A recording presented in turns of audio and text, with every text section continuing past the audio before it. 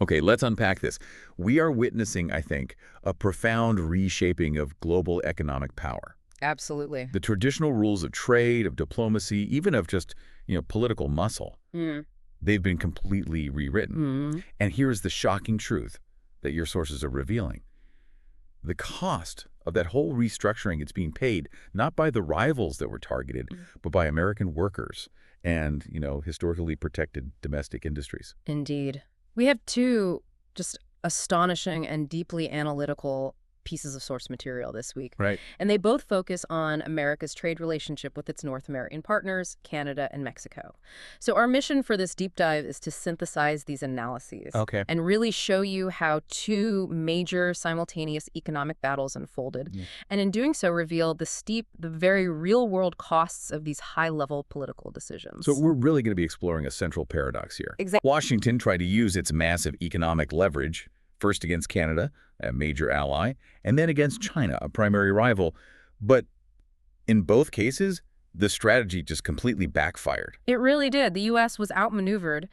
And maybe more importantly, its own political establishment failed, really, to protect the very constituents it claimed to represent. And the blowback from that was immense. Immense. We're isolating two critical events for you today. First, we're going to examine this spontaneous, highly targeted, and just economically devastating Canadian consumer revolt. And this wasn't a formal policy, right? No, not at all. This was millions of individual choices that delivered a, catastrophic structural blow to the American bourbon heartland in Kentucky. And the second story, it's just a masterclass in commercial arbitrage, evasion, really. Yes. While Washington was, consumed by all this political theater, China was using our North American trade partners, specifically Mexico and Canada, as these sophisticated backdoors. And they used them to completely bypass billions in U.S. tariffs, which essentially rendered years of complex trade policy totally irrelevant. These are not dry economic tales. They reveal some critical lessons about the limits of purely political threats in international commerce. So we're looking at things like consumer power.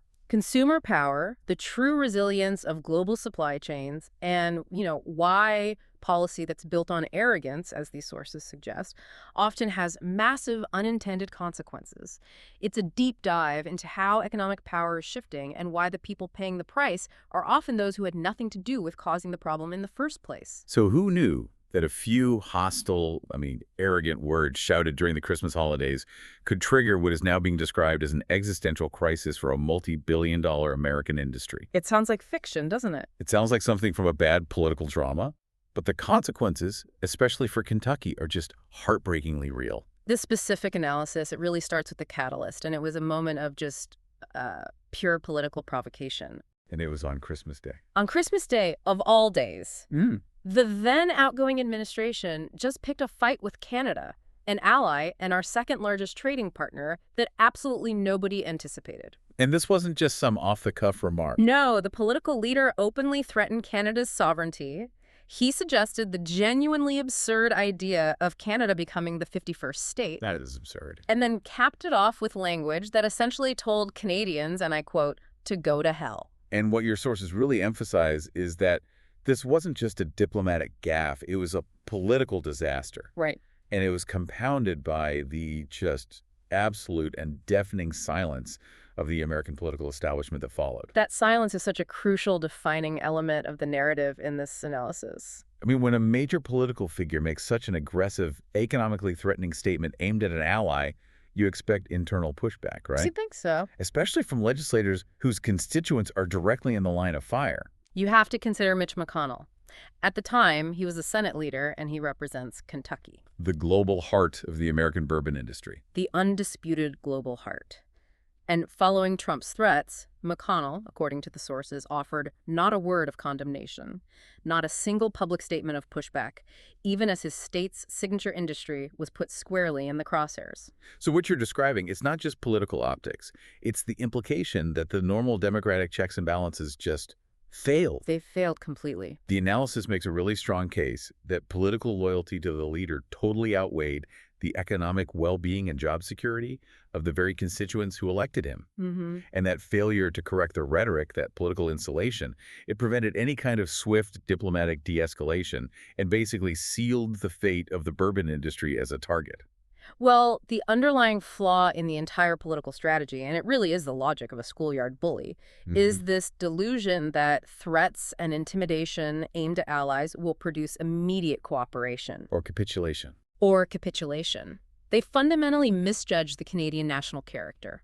The result was exactly what they didn't anticipate. The people push back. People pushed back, and they organized completely outside the mechanisms of government. And that pushback was phenomenal in its scope and its effectiveness.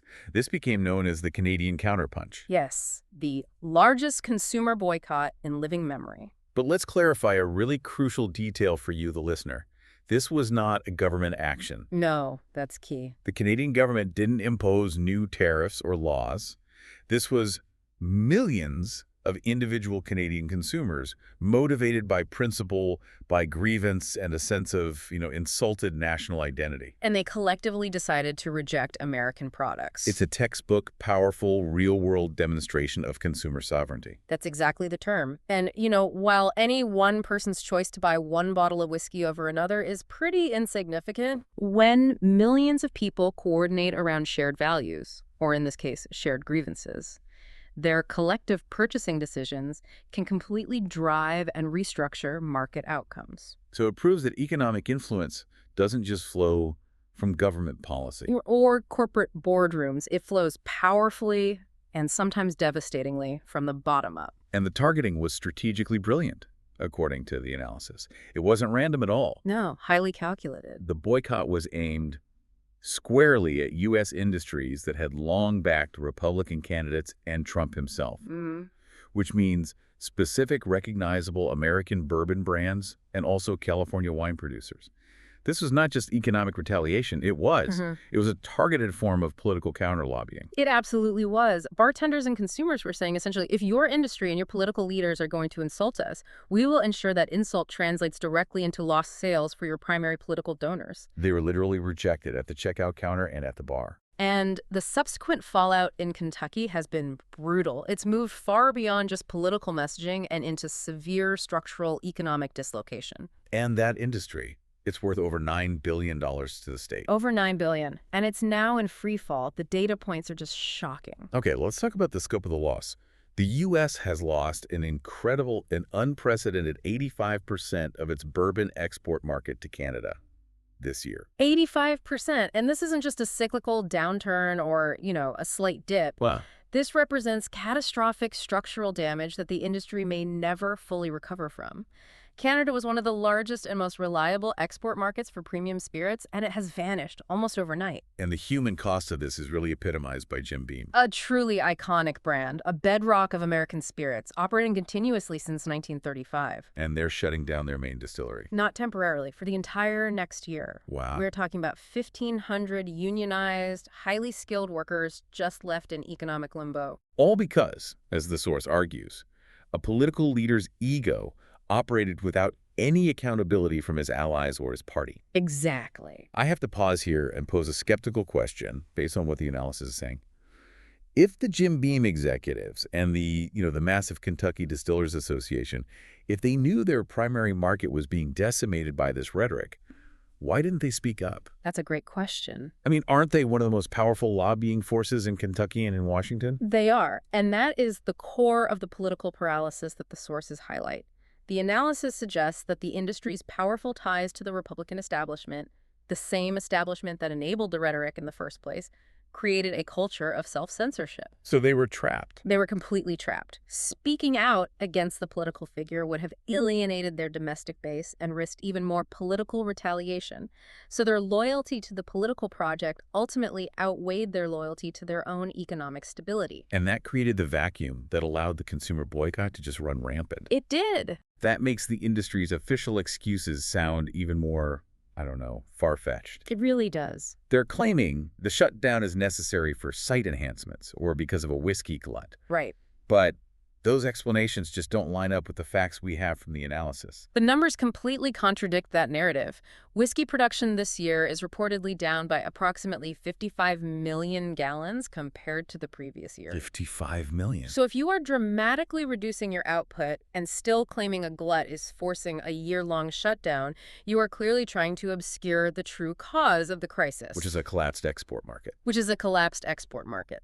The analysis even notes that Kentucky local newspapers are reportedly urging readers to ask Canada if they want the real story behind the state's economic troubles. And this crisis is widespread. It's not just Jim Beam. Not at all. Jack Daniel's, another iconic brand, announced substantial layoffs back in August. That was after a 65% drop in sales to Canada. And that was before the market loss officially hit that staggering 85% figure.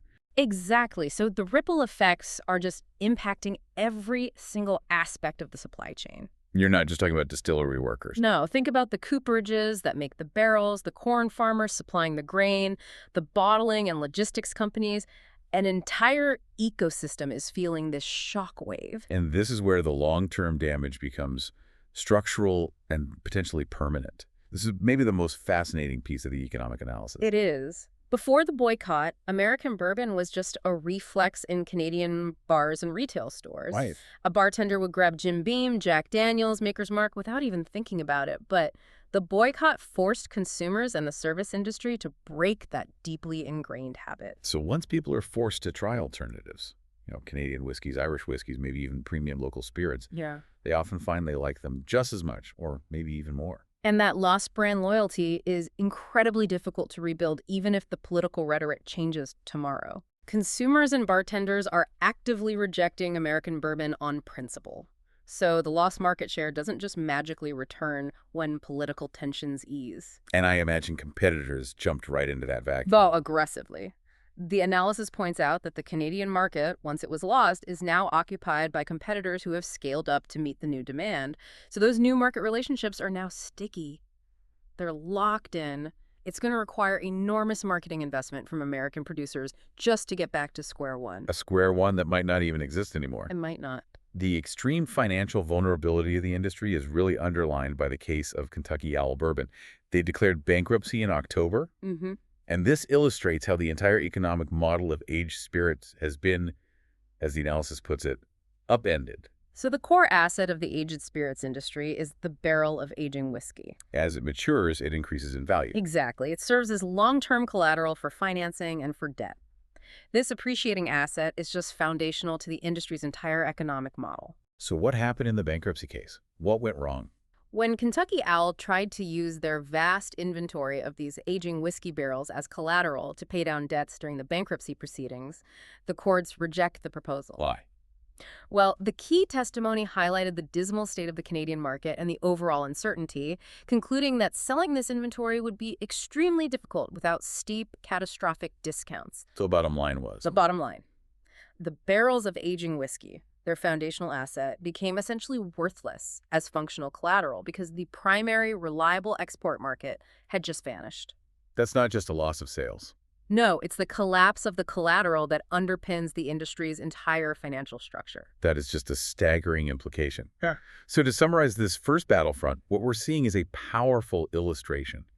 High-level political elites, completely insulated from the consequences, made decisions driven by ego and arrogance. And the cost was paid directly and brutally by unionized workers and working families in a state whose economy is inextricably linked to that one signature industry. A self-inflicted economic wound delivered by bottom-up consumer power.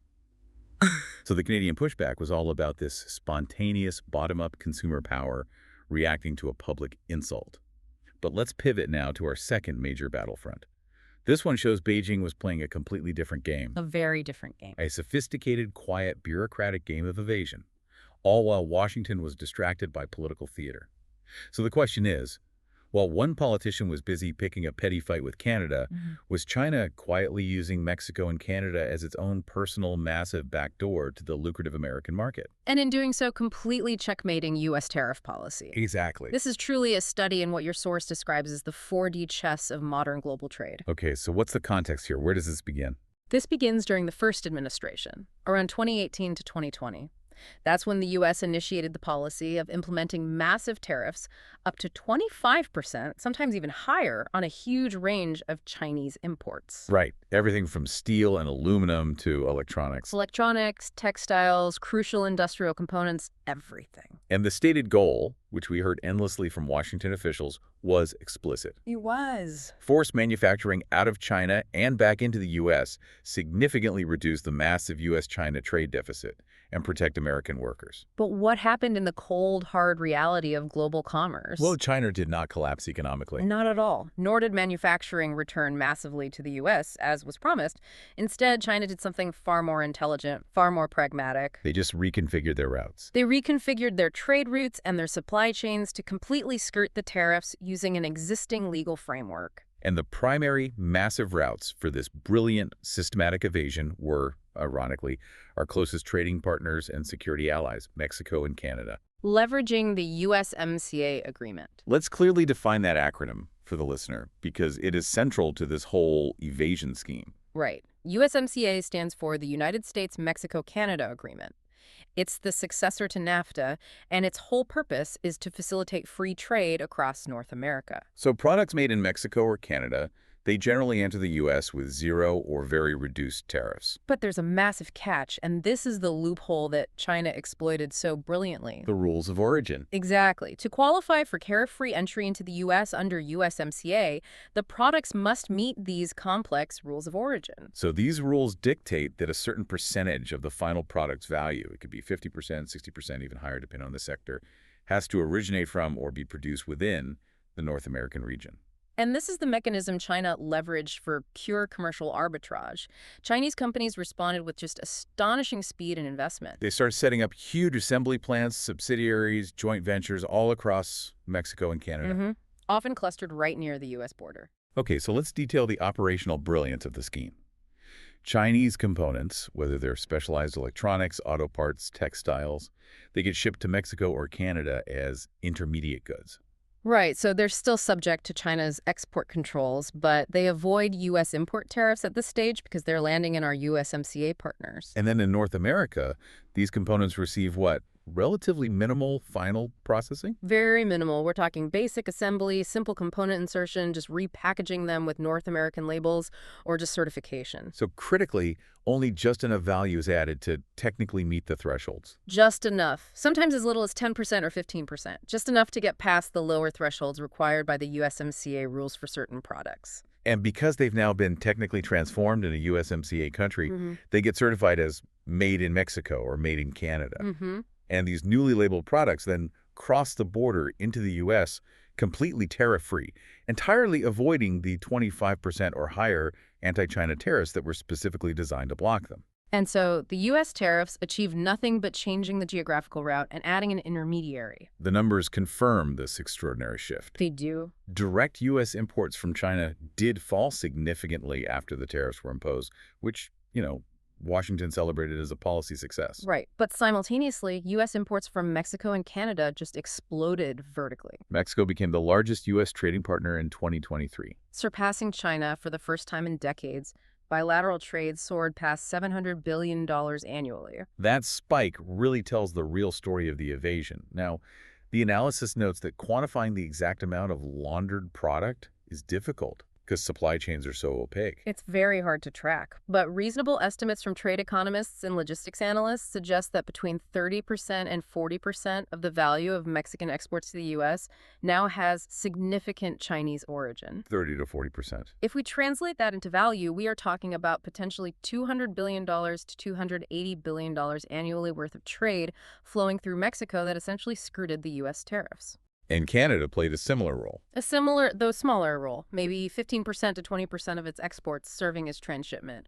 China successfully redirected these massive commercial flows through our nominal allies, rendering the entire policy of the tariffs strategically moot.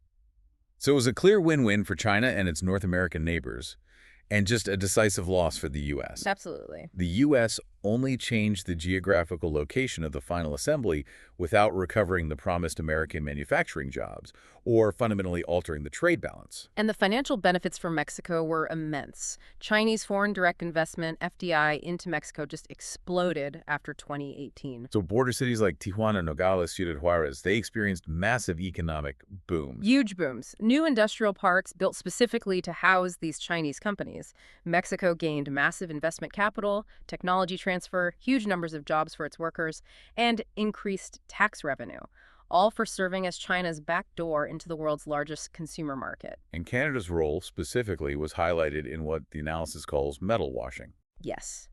Given that the U.S. tariffs started with steel and aluminum, China, which has massive overcapacity in those metals, simply shipped them to Canada. Where they received minimal processing. Maybe just a specialized coating, a precise cutting to length, or simply being certified by a Canadian subsidiary. Just enough value add to qualify under USMCA as Canadian origin metal. And that entirely bypassed the massive tariffs designed to protect American steel and aluminum workers. So Canada became, in effect, a platform for washing the origin of billions of dollars worth of Chinese metals. It was sophisticated, it was profitable, and it completely undermined U.S. policy. So we have this massive, ongoing, successful evasion scheme benefiting China, Mexico, and Canada running for years. After all this sophisticated arbitrage, what did the U.S. government do when the reality finally sank in? When they realized they had been completely checkmated by their own allies and by China's strategic brilliance? Well, the analysis pinpoints the realization phase to the beginning of the second Trump administration, so January 2025. Upon reviewing the public trade data, the explosion of Mexican imports, the failure to reduce the overall flow of goods, the team recognized the extent of the evasion scheme through the USMCA loophole. So the initial tariff strategy was officially deemed a failure. A failure. And the immediate reaction, as you might expect given the political style, was immediate and unilateral. The U.S. applied massive, brutal, relentless pressure directly onto Mexico and Canada. The threats were uncompromising and explicit. The USMCA agreement itself would be immediately renegotiated, or, even worse, the U.S. would unilaterally impose tariffs on Mexican and Canadian imports themselves. So it was an ultimatum. It was an ultimatum to force them to close the transit route. And this put the newly elected Mexican president, Claudia Sheinbaum, in just an impossible geopolitical dilemma. It really did. She took office in October 2024, representing the left-leaning Morena party. She's theoretically less compliant with U.S. demands than previous administrations. But the economic reality of Mexico is inescapable. And brutal. Approximately 80% of all Mexican exports go to the U.S. That level of interconnectedness means almost total economic dependence. The sources make that brutal reality very clear. If the U.S. were to truly implement tariffs on Mexican goods, the Mexican economy would instantly enter a severe recession. You'd see massive job losses, capital flight, and an immediate political crisis that could destabilize the entire region. So, despite possibly preferring to maintain a strong relationship with Beijing, which is becoming an increasingly crucial source of investment for major infrastructure and technology projects, President Sheinbaum had, according to the sources, no real option but to comply with the American demand. The pressure was simply too immense. The consequences of refusal were economically existential for Mexico. And that brought us to the dramatic policy announcements we've seen in the past year, driven entirely by this external pressure. In Mexico, the Chamber of Deputies approved substantial tariffs of up to 50% on imports originating from China and other key Asian countries. And the official rhetoric from the Mexican government, of course, focused on boosting national production and protecting local industries. But the underlying known truth in Mexico City, in Beijing, in Washington, is that this punitive measure was a direct result of that direct, relentless pressure from Trump, forcing Mexico to do the U.S.'s dirty work for them. And Canada, facing similar, though maybe slightly softer, pressure, followed suit. Yes, in July 2025, Canada announced an extra 25% tariff, specifically targeting Chinese origin steel and aluminum. A transparent measure designed to end the metal washing scheme we just talked about. Essentially aligning Canadian trade policy with U.S. policy goals. So if we look at the appearance of this situation, it looks like a clear political victory for the U.S. It does on the surface. The administration successfully forced both major North American trading partners to implement these substantial anti-China tariffs. The headlines will read, policy success. But we have to ask the critical question the analysis pivots to next. Will this new enforced tariff wall actually stop the flow of Chinese goods? Or is China already 10 moves ahead? So if China is the absolute demonstrated master of trade evasion and arbitrage, having successfully bypassed the first round of tariffs using Mexico and Canada, what makes Washington think that erecting a new tariff wall in North America won't just force them to find a different, equally effective backdoor? It just seems... The expectation of success here seems predicated on a fundamental and repeated misunderstanding of how resilient and diverse China's global strategy really is. Well, the short, sharp answer from the second analysis is very direct. These new tariffs, while they might be politically satisfying, are probably not going to work as the administration expects. Why not? China has built these deeply resilient global networks, and these new North American measures are likely to be far less effective in practice than they appear on paper. Okay, let's dedicate some significant time to breaking down the 5 key reasons why the analysis predicts this new tariff wall is destined to fail. Let's start with reason 1, China's global diversification. This is a huge one. The analysis points out that Mexico and Canada were merely convenient, large-scale routes. China never depended only on them. They already use dozens of established re-export platforms. Especially in Southeast Asia, when you squeeze one pipe, the water just flows faster through the others. So we're talking about countries like Vietnam, Thailand, Malaysia, Indonesia, Cambodia, Bangladesh. Chinese components flood into these Southeast Asian nations, receive minimal processing, sometimes just repackaging or light assembly, and are then immediately re-exported to the U.S. as Vietnamese or Thai products. leveraging those countries' specific trade status. It's the exact same arbitrage scheme, just shifted geographically and distributed across many smaller nations. And this Asian route is already massive and it's rapidly intensifying. It is. Vietnamese exports to the U.S., for instance, have grown by over 400% in the last decade alone. Wow. And expert estimates suggest that 40% to 50% of that massive growth has significant Chinese origin. So the implication is clear. If the Mexico route becomes too administratively difficult or too costly because of these new tariffs, China will simply intensify the already established massive Asian routes. They have built a global network that is designed to be anti-fragile. Hitting one node simply strengthens the others. the trade flow continues, the tariffs are still evaded, and American consumers still buy the cheaper Chinese origin goods. Exactly. Okay, let's move to reason 2, which challenges the assumption that Chinese operations in Mexico are still minimal assembly. Right. While that was the starting point for the arbitrage, the analysis notes that Chinese companies are now establishing real, substantial manufacturing capacity in Mexico. It goes far beyond simple screwdriver assembly. This is a huge complication for trade enforcement. And a genuine long-term strategic shift. The analysis points to BYD, the massive Chinese electric vehicle manufacturer. They're investing billions in a new plant in Mexico. And this isn't just bolting wheels onto imported frames. No, this is set to be real car manufacturing. Stamping body panels, painting, integrating significant local components. Similarly, major appliance makers like Hisense have built vast plants that now produce complex components locally. So here's the legal and political minefield. When a BYD plant hires thousands of Mexican workers, adds real substantive value and produces a finished car, that final product is undeniably legally Mexican under current trade law. Even if the ownership, the core technology, the design, and the ultimate profits flow back to China. So applying anti-China tariffs to this legally Mexican product becomes an extremely complicated legal and practical gray area. It does. Is the U.S. prepared to tariff a car built by thousands of Mexican workers just because the company's headquarters is Chinese? That move would antagonize Mexico even further. It would likely violate the spirit of USMCA and penalize Mexican workers, the very workers the trade deal is supposedly designed to help.